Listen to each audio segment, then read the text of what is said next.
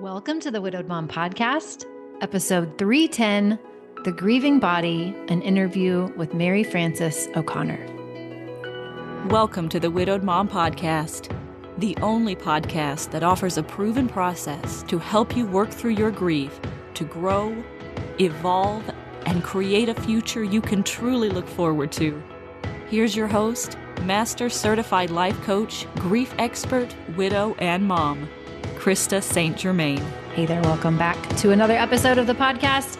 I have been waiting on this one, y'all, waiting on it. So credit to one of my Mom Goes On members, Judith, shout out to Judith, who told me, because I didn't even know that Mary Frances O'Connor had released another book called The Grieving Body until Judith mentioned it to me, credit to her. So happy to have her back on the podcast. If you have not listened to the episode, 170 that I did with Mary Frances O'Connor on her first book, The Grieving Brain, definitely go and listen to that. You can listen to these in either order. It doesn't matter. But if you haven't listened, definitely go listen to that one. It was September of 2024. That book is a must read, I think, for anyone who is in our shoes. For anyone who is experiencing spousal loss, partner loss, please go read this book. It sounds like it's going to be heavy. I promise you, it's not. It's easy to read. It is valuable. And it has just been so helpful to me and to so many of my clients.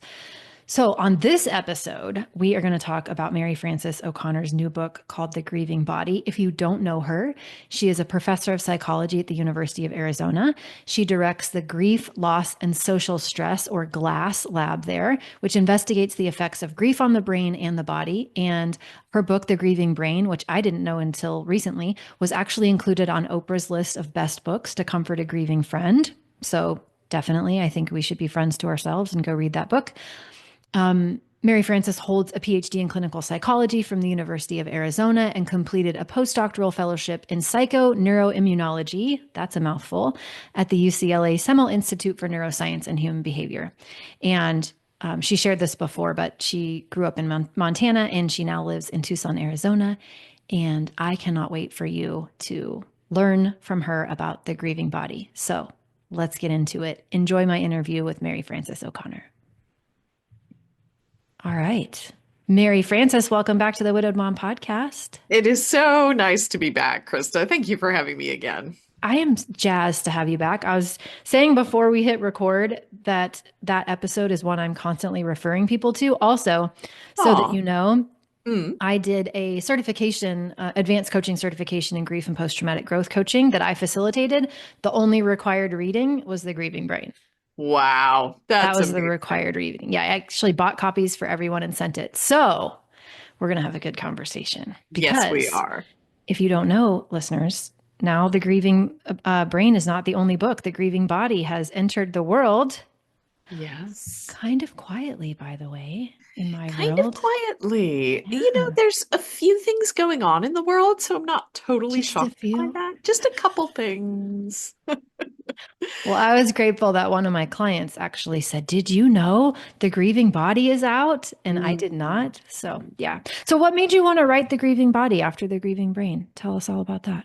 Well, what's funny, Krista, is that when I was writing when I was writing The Grieving Brain, I had been doing research on the immune system and the cardiovascular system and those responses during loss since the beginning of my graduate work. And so when I was writing Brain, I thought I would include everything in one book. But then I got about 2/3 of the way into that book and I said, oh, there's more here than I have room for. So it wasn't that I turned my attention to the body afterward. Rather, I've been doing both kinds of work sort of simultaneously. Because as it turns out, our body and brain are utterly interconnected, and it doesn't know that we put psychiatry in one department and neurology in a different department and, oncology in a different department. So they are all interconnected. Yeah. What was your working title when you were writing The Grieving Brain then, if it wasn't your intention to just make it brain focused? That's funny. I was just looking back to help a new aspiring author, and it was Walking in the Night.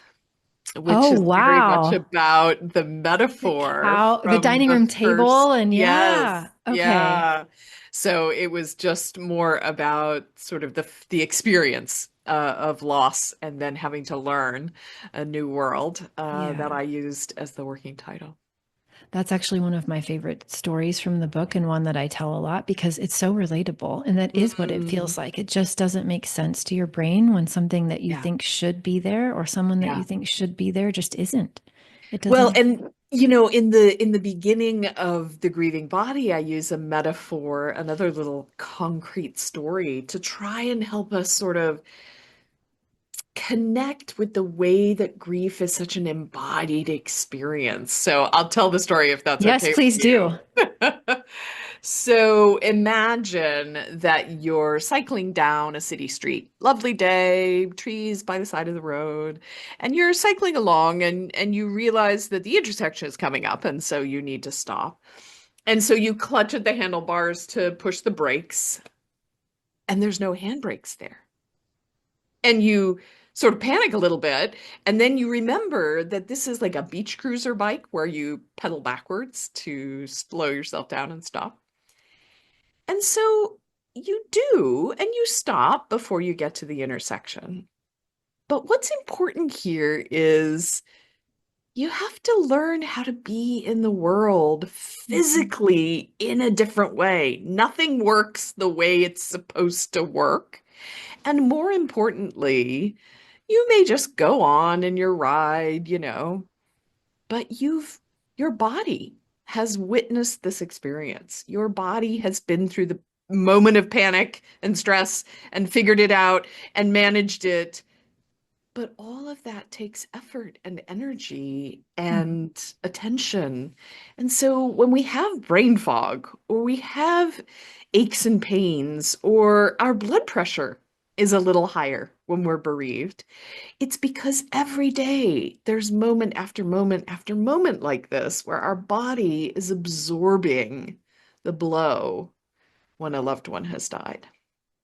That just it, I feel that. Yeah. I feel Yeah. that. And it's so surprising Yes, to people who don't expect it.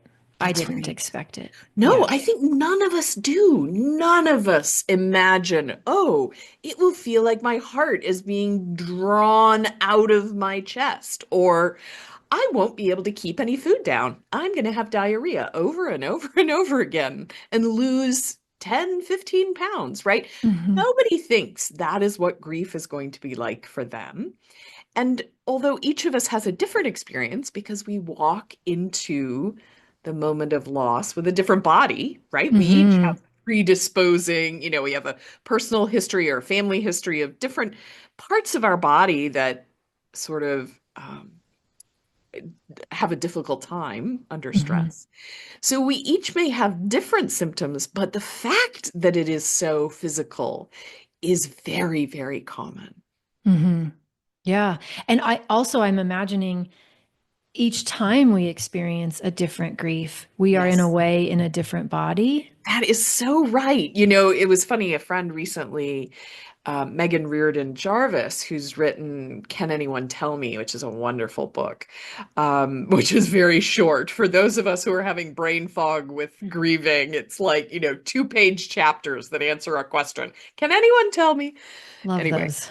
yes, Megan was talking about the fact that she experienced the death of her mom when she was in early menopause, Hmm. and that it had not dawned on her until years later that her experiences of loss were very colored by the fact that it was happening in a perimenopausal body, and that's Yes. just going to be a different experience than, other losses she had at other points in her life when she had a different body.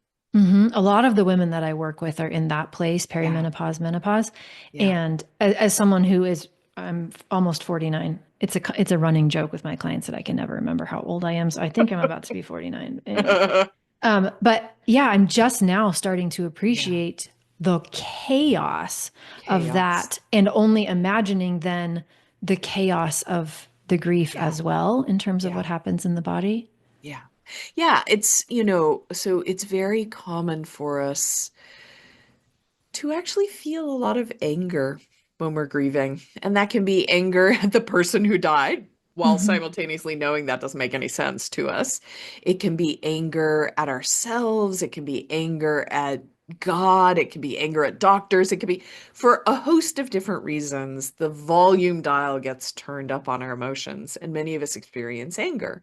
But think about the idea that many people who are going through menopause are experiencing waves of anger as their hormones shift. And so if you're in a place where that anger is sort of being catalyzed, is sort of being leapfrogged, then anything that we feel that's a part of the grief might really be exacerbated in that circumstance. And now you're left with a very different understanding of what grieving means than, for example, when my mother died when I was 26, that wasn't a big part of the experience I was having day to day. Mm-hmm.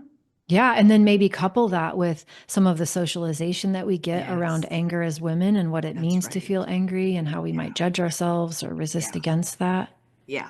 And I think this is really, at some level, the bigger picture that I'm trying to convey to people is first, probably what you're experiencing is pretty normal. And Say as it louder. weird, Say it right? louder, Mary Frances. Your experience is pretty normal. And more importantly, if you can talk with a range of people, you can find out if your experience is pretty normal. And at the same time, you get to feel grief with someone at the same time. So, on the one hand, it's the idea that these symptoms that we have, whether it's anger or an upset stomach or a lump in your throat or whatever your particular reaction is probably pretty normal for some group of humans. Mm-hmm. And then the second thing, though, that I don't want to downplay is that bereavement is also a time of medical risk. So, because the body is having to absorb this blow, this amputation of our loved one, it means that it's a time, well, for example, one research study showed that a person is 21 times more likely to have a heart attack on the day that their loved one dies than any other day of their life. That is Right? wild. 21 times. 21 times. It's an insane statistic. I literally keep going and reading the research article because I think I must be misquoting that, but that's really it. And it drops off after the first day pretty quickly. But even within the first 3 months, um, for example, big epidemiological studies, multiple studies have shown a man whose wife dies is almost twice as likely to suffer a fatal heart attack in the first 3 months as compared to a man who remains married during the same time. Mm-hmm. Almost twice as likely. So, again, an insane statistic. And actually, very high for women as well, 1.8 times more likely than a married woman during that time.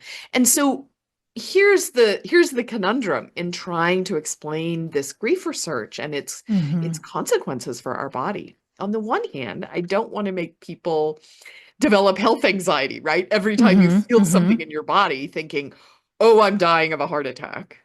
On the other hand, if you are having a physiological response, if in those waves of grief your body gets outside the bounds of normal human physical functioning, we have to take that really seriously. We have to make sure that we get medical care for that. So it's a tricky line to walk in Mm-hmm. trying to communicate. But I think it is most helpful to recognize I have to pay attention to what my Mm-hmm. body is telling me to figure out how to respond, to Yeah. come up with the ways to calm and soothe ourselves, and to seek treatment if that is necessary. Mm-hmm. What do you feel like the level of understanding in the actual profession of medical doctors is Mhm. relative to Yeah. this? Well, unfortunately, grief literacy is pretty poor in general in Western culture. But in addition, our helping professions, nursing, psychiatry, psychology, social work, regular family medicine, we don't get training in grief research, in Mhm. grief supportive care. And we're just at the beginning of that starting to change. The research evidence base is getting big enough that we are starting to make inroads, but it is very new. And I think about it this way. This might be a helpful analogy. So, this may make you laugh, but I think there's a way that bereavement and pregnancy could be thought of as similar. And what I mean by that, what I mean by that is, grief is not a disease. Pregnancy is also not a disease, but no one would say that pregnancy wasn't physiological, right? Yes. Or And doesn't have so, risks. and doesn't have risk. Exactly. So pregnancy is a time, even though it is totally normal, it is also a time of increased medical risk. And so we've developed prenatal care where we provide education for women about these are the weird symptoms you can experience, and they're totally normal. Oh, and also, please come in for checkups to see Mm, if you have developed gestational diabetes or hypertension because you're at higher risk right now for those things happening. And then we can intervene with those appropriately if that is the case. So now imagine a world where bereavement care also meant education about the fact that you're going to have insomnia for a while, and here are the steps you can yes. take to re-regulate your sleep cycle, or your appetite is going to be reduced for a period of time or increased, and if your weight changes more than 10 pounds, 15 pounds, we need to see you back because we want to be able to adjust the coping strategies you're using to learn how to be in this new world where your loved one has been, yeah, I use that term, amputated from your life. What an amazing idea that we would move to such a reactive way of Yeah. caring for people to such a Yeah. proactive way of caring for people who are grieving. Yeah. Exactly. Exactly. Because, you know, not everyone needs hypertension medication, but risk of hypertension goes up during Hmm. bereavement. And what I like to say is, so people will say to me, well, is it caused by the grief? And my response to that is sort of, your heart rate can only go up or down. Your heart rate is not super complicated. And Hmm. so your medical doctor, if you have hypertension, the hypertension should be treated.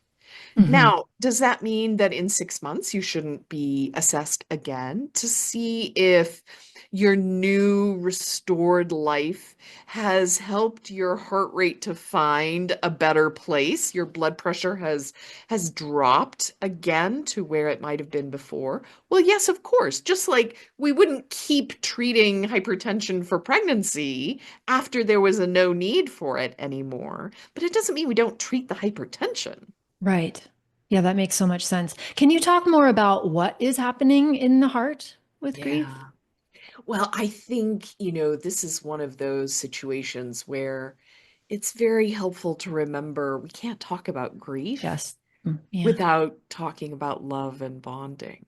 Hmm. And the reason is most of us don't think of it this way, but when you fall in love with your spouse or you fall in love with your baby, you become a we. And that we means you are in a dynamic physical relationship as well. Hmm. So, think about it this way. If you went home to your partner right now and got a hug,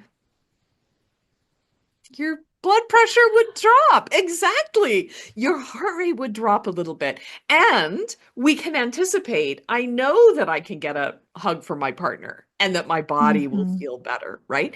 And so we are in this gravitational pull where they are an external pacemaker for our Mm. heart, right? Like Yeah. their presence is actually the medicine. Do you see what I mean? And Yes. and what that means is even though we're not really aware of that when that's a normal, healthy, functioning, living relationship that's been going on for years and years and years, no one thinks about the fact that their heart rate is accelerating and decelerating based in part on how close they are to their partner. Mm-hmm. But what becomes revealed when our partner is gone is that our heart has been using that way of regulating and now has to discover, how do I regulate without that being true? And Mm-hmm. so there's going to be a natural adjustment period as our body and our brain tries to figure out, how do I do this given that part of the we has been taken away? Yeah. And what I really look forward to because of people like you who are writing on subjects like this, right, is that someday that can be done without the what's wrong with me, what's my Yes, problem narrative that so that's many right. of us have because we don't know that That's right. that makes total sense. Yes. And this is the problem. People think, "Oh, I feel broken," right? Like things aren't working right in my body. But they are working right. They are working right given that this person is missing, Mm-hmm. Mm-hmm. given that our body really is resilient. So what's crazy is that we know in the first 6 months on average that heart rate goes up and blood pressure goes up. And we also know that by the end of 6 months, for the vast majority of us, our body has figured out how to regulate. And so Mm-hmm. we go back to the blood pressure either that we had before or as a non-bereaved person would have, however you want to say it.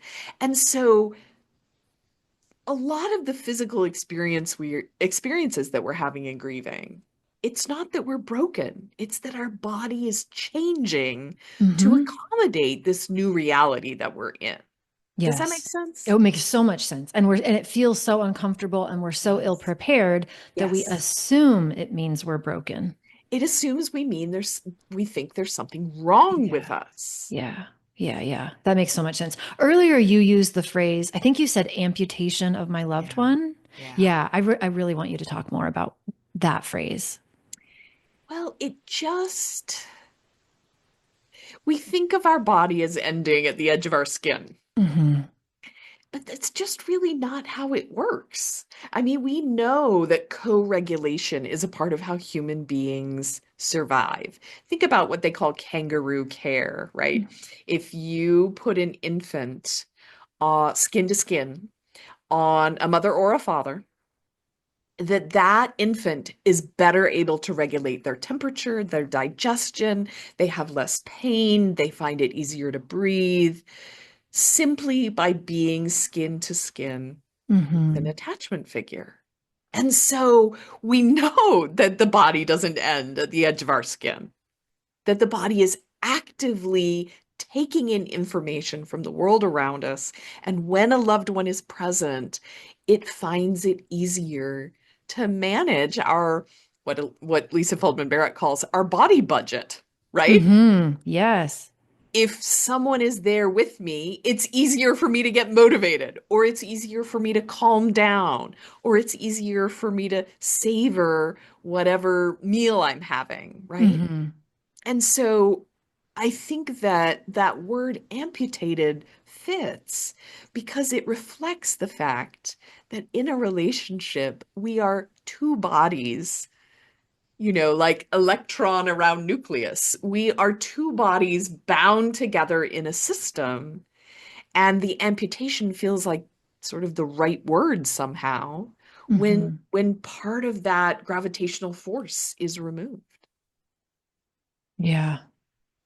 Yeah. And just to know that and to treat yourself with such compassion and Yeah. kindness. Yeah. Well, this is the thing.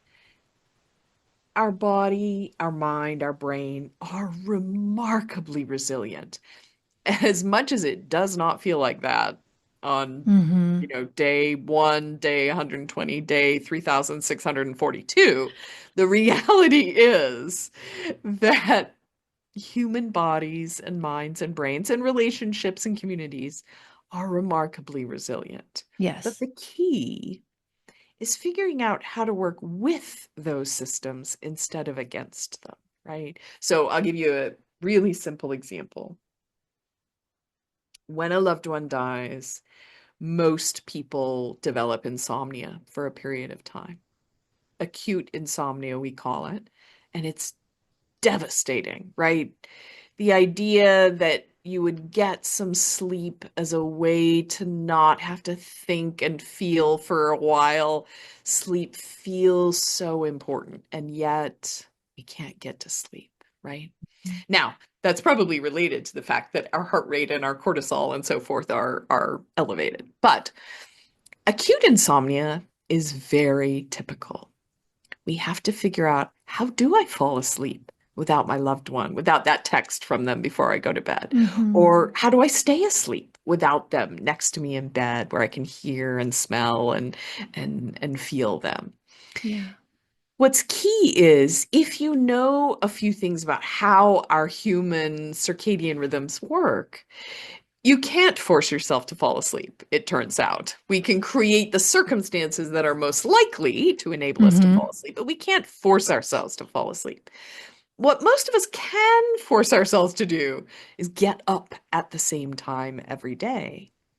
So the feeling of, oh, I didn't sleep well, I didn't get to sleep last night, I'm just going to sleep in for an extra hour, actually doesn't help work with our circadian rhythm.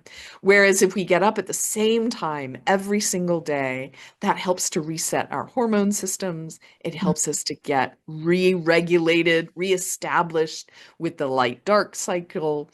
And that is going to be better for our sleep system as we're trying to regulate, as we're trying to adjust going forward. So it's just one of many examples of kind of working with the body. Yeah, that's such an actionable thing that people can take away too. Yeah. Um, I also think I've seen, and I've done it myself, this, if we're not prepared for insomnia to be part of it, Yeah. then we get anxious about it. And Yes. then it makes it even harder because the amount of worry that we spend. Yes. Yes. Yeah. These are the beliefs we have about sleep can really get in the way. So, watching the clock is just a terrible, terrible use of your mind when you Hmm. can't sleep. It turns out that we want to associate the bed with sleep. And so if it has been more than 15 minutes or so, estimated, not by looking at the clock necessarily, it's better to get out of bed, but not to do something active, not to turn the lights on, not to get involved in some doom scrolling or something, but to get out of bed and wait till we feel sleepy again to get back into bed, so that we associate getting into bed with feeling sleepy and falling asleep. Hmm. And that might mean that for a number of nights, we're not in bed as long as we usually would be. It builds up what we call sleep pressure, and that works to our favor, in our Hmm. favor, because over time then we start to feel more tired when we go to sleep, and so the likelihood of falling asleep becomes stronger, and we associate that with getting into bed. That makes so much sense. You said 6 months on average. Did I make that up? Well, so there's a naturalistic study that was done just following widows to see what was their sleep like. The vast majority of them did have insomnia, so that's just the normalization piece. Hmm. By 1 year, almost all of them had normal sleep again, but for most of them, it happened long before a year. Mm. So there was a lot of variability when it happened. And so I'm using 6 months as just the average then, Got it. basically. Yeah. Okay. Got it. Yeah. Got it. And so, okay, we talked about impacts on the heart. And I realize all of these things are so connected, and it's probably hard to just really say, one system by itself. But can you talk to me about the immune system and what the effect of grief is on the immune system?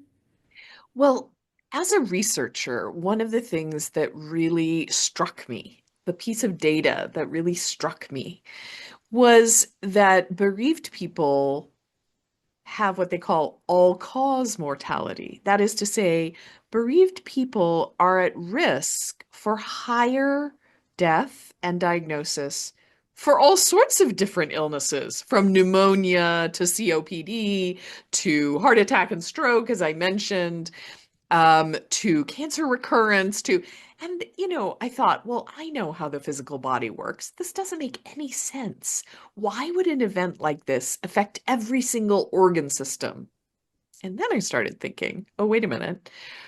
What about the immune system and the endocrine system? Because those systems, of course, affect every single organ. Mm-hmm. And so research in my laboratory back when I was at UCLA found that bereaved people do, in fact, have higher levels of inflammation.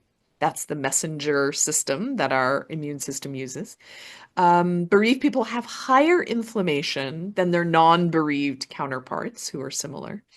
And what that means is, if you have asthma, more inflammation means it's harder for you to breathe. But if you have rheumatoid arthritis, it means that your joints hurt more, right? So you take two people, one of them is having trouble breathing and the other one is having achy joints. And you think, well, that can't both be from the same thing. But in fact, it can be. And so other larger studies now from other labs has replicated what we would say, has repeated this effect, that bereavement is associated with an increase in inflammation. Mm-hmm. So somebody's listening to this and they're thinking, okay, great. So everything's harder and worse in my body. Now what? What do I do? Yeah, that's right. And I think about that in a couple of different ways. Mm-hmm. In fact, toward the end of The Grieving Body, the book, there's a section called To Have and to Hold. And I talk about the idea of, or I ask readers really, what does it mean to have a grieving body? Mm-hmm. And I think of this in the kind of owner's manual kind of way. Mm-hmm. And, I say many of us actually know how to take care of a body. I will say to myself, what does Mary Frances need to eat today? What would be the healthiest things for Mary Frances to eat? It's a very problem-solving kind of perspective, right? So if I have low appetite, for example, perhaps I should be eating more snacks rather than trying to eat a whole meal. But then I should make sure that the snacks have protein and are healthy, and I remember to eat them through the day and so forth. So that's kind of how to have a grieving body. Mm-hmm. And the next one is how to be a grieving body. What does it mean to be a grieving body? And I think this shift in perspective helps us to see that what you're going through is normal. But how you want to be right now might take a little extra time, a little extra attention, a little extra thought of, oh, wow, I'm really reacting strongly to what that person said. Probably in part because my nervous system is jangly right now. So maybe I just need to take a few extra minutes before I send off that email reply right? So allowing that who you are is a little different right now. Allowing for that to help you interpret the world around you can be very helpful. But the third perspective is, what does it mean to hold a grieving body? And what I mean by this is, if you imagine yourself as a motherless child, can you offer that kindness to yourself? Can you offer yourself compassion for the fact that you are going through this very difficult time that has the emotion volume turned up and the physical aches and pains that come with it and the thoughts that won't stop running through your head? Instead of worrying about them, can you just be kind? And accept that this is the new normal for a minute. This is where you are. This is where you are right now. And just give yourself love and care. And hopefully along with that, something that soothes you or calms you, because that also is going to help our body. The reason that we hold on to a child who is crying, it's not because we've changed the fact that they've scraped their knee or something, but we're giving them the support to get through this moment. And those are the perspectives you can think about. The only thing that's different there is kind of the way you're thinking about what you're going through. Hmm. And what have you found to be some of the things that are the most soothing? Well, it's interesting. A graduate student in my lab, now a psychologist at University of Washington, named Lindsay Knowles, did a randomized clinical trial for bereaved widows and widowers.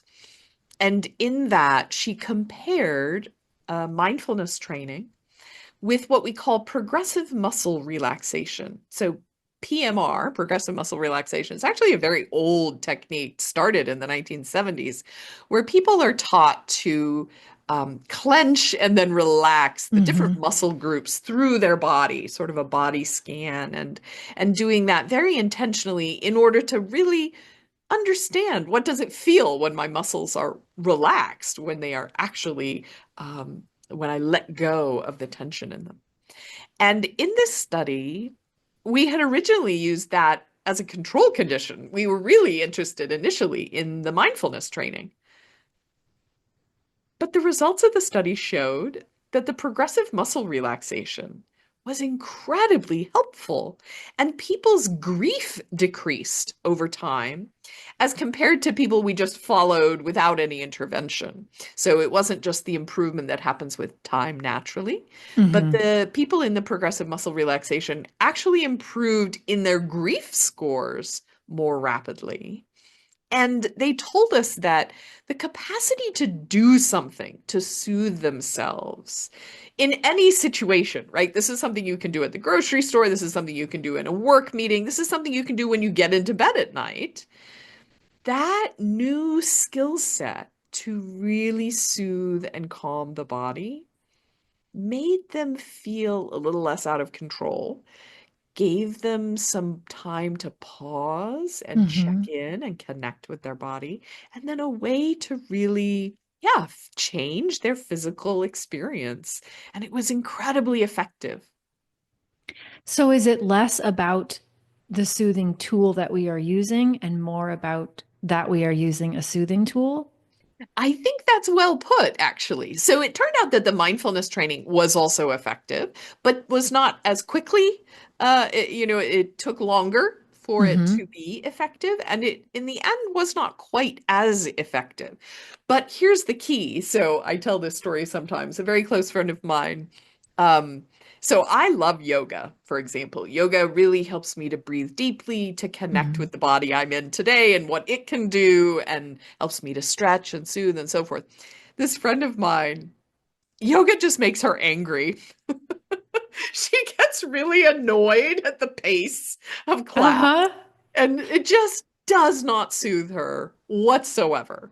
And Yeah. so, to your point, we have to try a bunch of new things, which, requires a lot of courage and bravery. And then we most importantly have to see, was that helpful? Because not Hmm. every tool is going to be helpful for every person. And there's something about learning authentically. This is what my body needs when I'm grieving. Yes. This is how I respond when I'm grieving.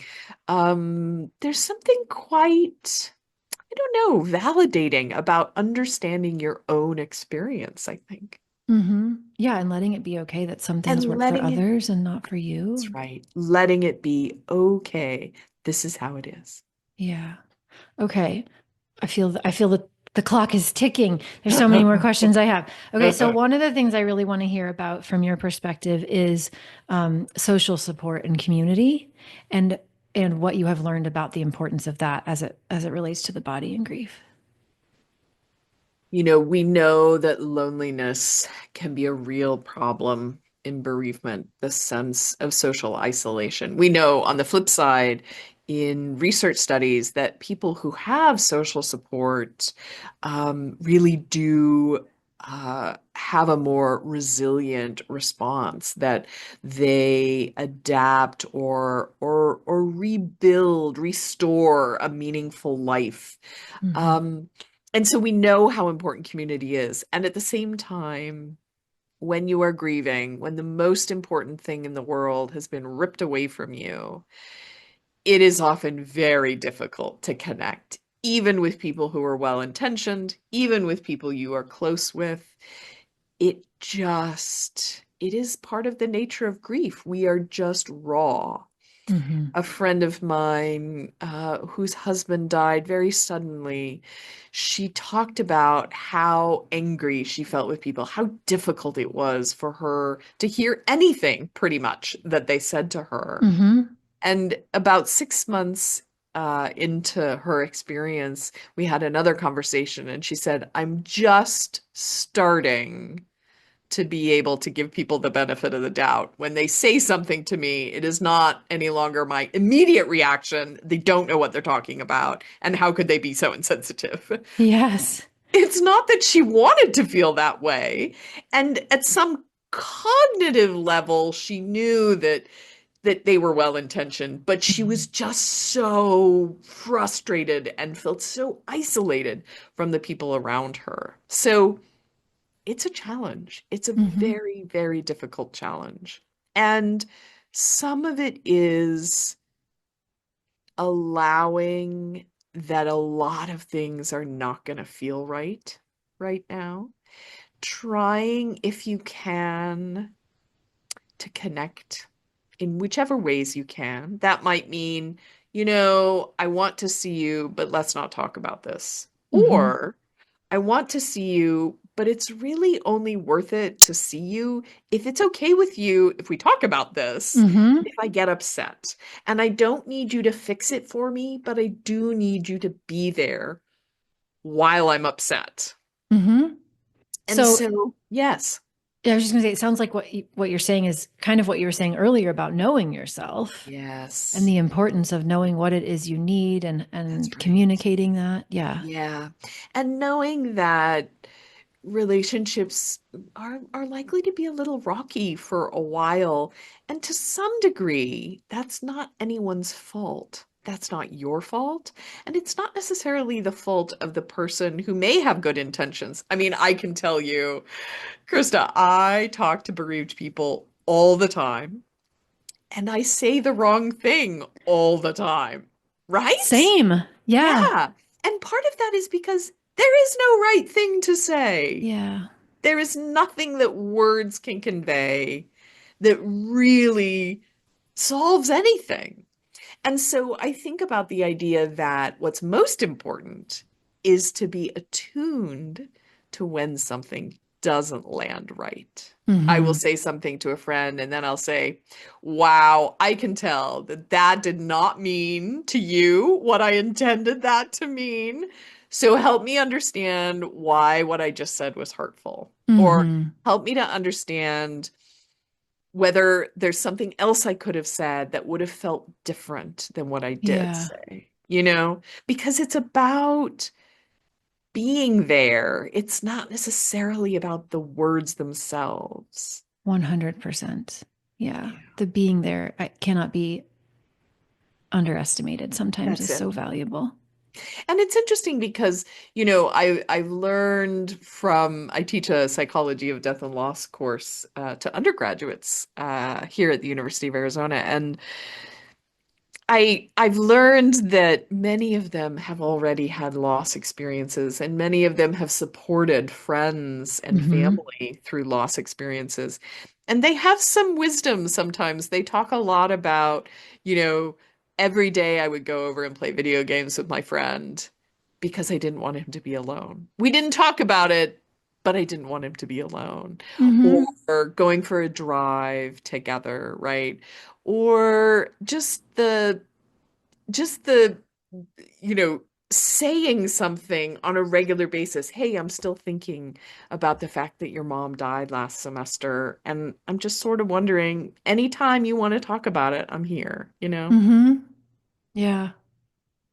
I'm curious to know, as you've done, I mean, several decades of work in this space, what has surprised you maybe the most? And specifically something that's in the grieving body that you've addressed there.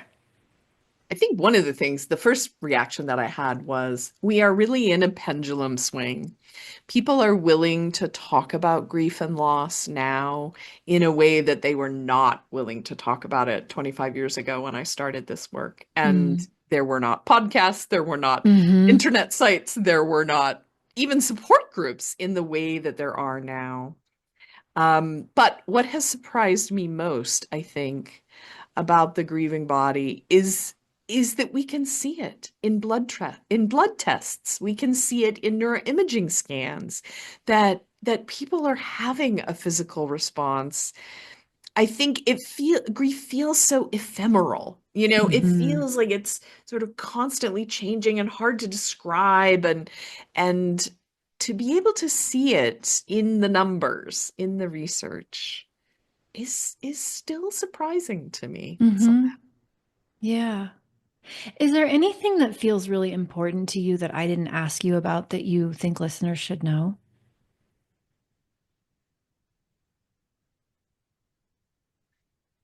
I think we've hit on most things. I think really, you know, accepting that this is maybe the new normal for the moment, while also getting your regular doctor's checkup. It doesn't have to Mm-hmm. be about grief. It does need to be, will you just do my regular blood draw for the year and test my blood pressure, right? Mm-hmm. Get your teeth cleaned, go to your mammogram. These are just the ways that we care for the body. And if something is going awry, it will show up on these tests as being outside the normal human bounds. Mm-hmm. Yeah, that's such good advice. I noticed that it's already hard for a lot of women to prioritize that on a good day, That's let right. alone, When you yeah, feel when they're, unmotivated and yeah, lack of energy. And yeah, I agree. And so this is maybe also something that friends can do.